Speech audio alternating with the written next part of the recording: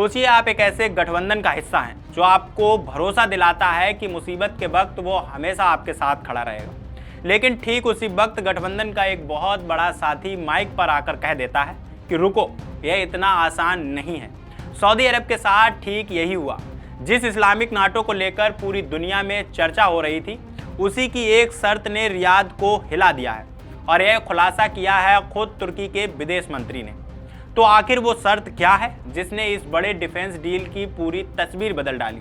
जानने के लिए बने रहिए हमारे साथ वीडियो के आखिर तक।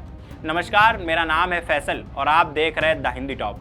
आज हम बात कर रहे हैं मक्का संयुक्त रक्षा समझौते की, जिसे मीडिया में इस्लामिक नाटो का नाम दिया गया है। यह समझौता सऊदी अरब, पाकिस्तान और तुर्की के बीच हुआ है और इस पर हस्ताक्षर हुए हैं सऊदी अरब के पवित्र शहर मक्का में।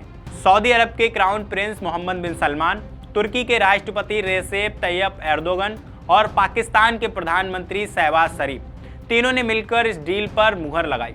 कहा गया कि अगर इनमें से किसी एक देश पर हमला होता है तो उसे तीनों देशों पर हमला माना जाएगा।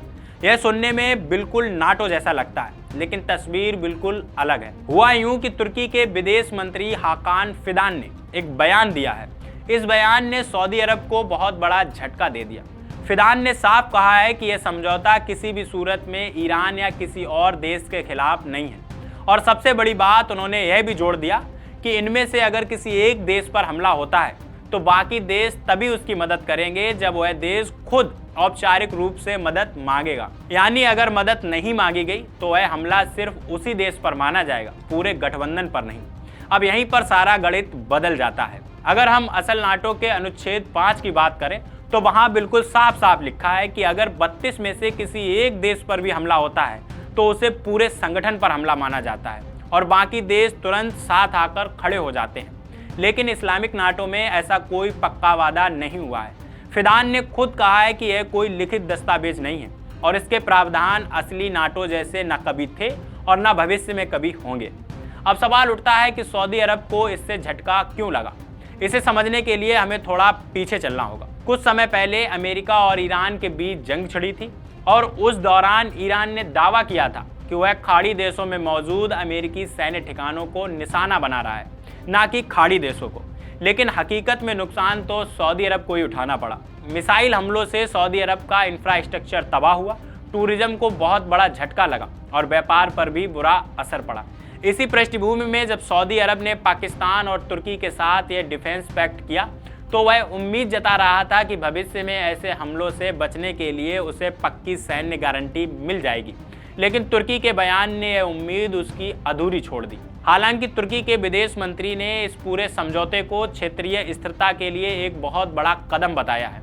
उनका कहना है कि अगर किसी सदस्य देश पर हमला होता है और वह औपचारिक रूप से मदद मांगता है तो बाकी देश उसके साथ सीक्रेट जानकारी साझा करेंगे, लॉजिस्टिक में मदद करेंगे और जरूरत पड़ने पर सैन्य टुकड़ियां भी भेजेंगे। इसके अलावा तीनों देशों के विदेश और रक्षा मंत्री अपने सैन्य प्रमुखों के साथ नियमित बैठकें भी करेंगे और इस गठबंधन का एक सचिवालय सऊदी अरब में बनाया जाएगा।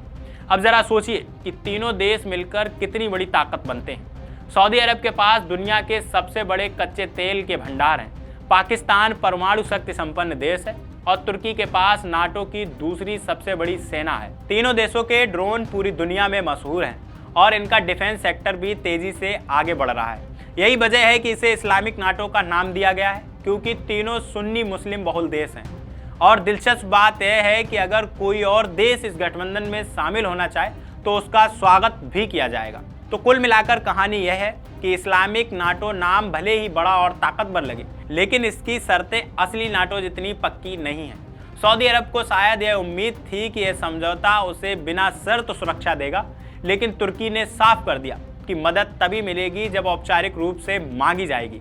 अब यह देखना दिलचस्प होगा कि आगे चलकर यह गठबंधन किस दिशा में जाता है और क्या वाकई यह क्षेत्र में एक नई ताकत बनकर उभरेगा। ऐसा पर आप क्या सोचते हैं, हमें कमेंट बॉक्स में ज़रूर बताइए। और अभी तक आपने हमारे चैनल द हिंदी टॉप को सब्सक्राइब नहीं किया तो सब्सक्राइब कीजिए और हमें social media platform Facebook, Instagram और एक्स पर फॉलो करना मत भूलिए।